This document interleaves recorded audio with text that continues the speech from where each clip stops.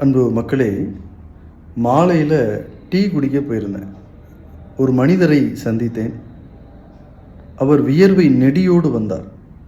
கால்களில் அழுக்கோடு வந்தார். உப்பு படிந்த ஆடைகளோடு வந்தார். அவரை பார்த்த ஒரு சில பேர் ஒதுங்கி போனாங்க.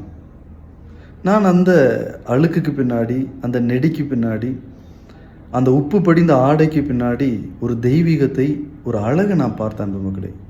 அது என்ன அப்படின்னா, ஒரு குடும்பத்திற்கான ஒரு தியாகம் அந்த நெடிக்கு பின்னாடி, அந்த ஆடைக்கு பின்னாடி, அந்த அழுக்குக்கு பின்னாடி ஒளிந்திருக்கு. ஒரு குடும்பத்திற்கான உணவு, ஒரு குடும்பத்திற்கான முன்னேற்றம், ஒரு குடும்பத்திற்கான வளர்ச்சி அந்த நெடிக்கு பின்னாடியும், அந்த ஆடைக்கு பின்னாடியும், அந்த அழுக்குக்கு பின்னாடியும், அந்த உப்பு படிந்த அந்த ஆடைக்கு பின்னாடியும் ஒளிந்திருந்ததை நான் பார்க்குறேன். ஏன் நம்மளால் பல நேரங்களில் அழுக்குக்கு பின்னாடி, இந்த நெடிக்கு பின்னாடி இப்படிப்பட்ட ஒரு தெய்வீகம் ஒளிந்திருப்பதை ஏன் நம்மளால் பார்க்கவே முடியல அன்பு மக்களே? பார்த்து பழகுங்களேன்.